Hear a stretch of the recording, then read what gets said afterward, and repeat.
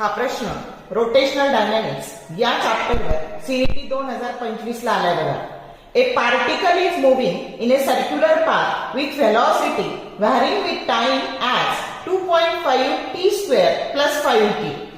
If the radius of the circular path is 4 centimeter, the angular acceleration at t that is equal to 3 seconds will be option A 300 radian per second square, B 400 radian per second square, C 500 radian per second square and D 600 radian per second square. आता आपल्याला काय दिले तर आपला हा जो particle आहे हा या सर्कलवर फिरतोय, त्याची व्हेलॉसिटी इतकी दिलेली आहे की v that is equal to 2.5 t square plus 5t दिलेली आहे आणि रेडियस ह्या सर्कलची रेडियस 4 सेंटीमीटर दिलेली आहे की जी मीटर मध्ये येणार आहे 4 into 10 raised to -2 मीटर.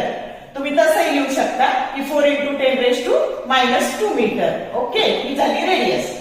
आता तुम्हाला t बरोबर 3 सेकंद असताना त्याचं अँग्युलर ऍक्सिलरेशन विचारले.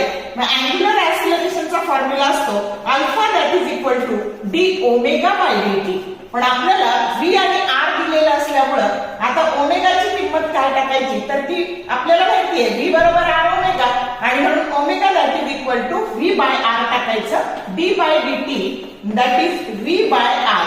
मग आता याला आपण असं लिहू शकतो की 1 by r dv by dt आणि म्हणून आता आपल्याला याला डिफरन्शिएट करायचं आणि ती त्या डिफरन्शिएशन करून t बरोबर 3 व्हॅल्यू टाकायची आणि dv बाय dt ची किंमत शोधून काढायची.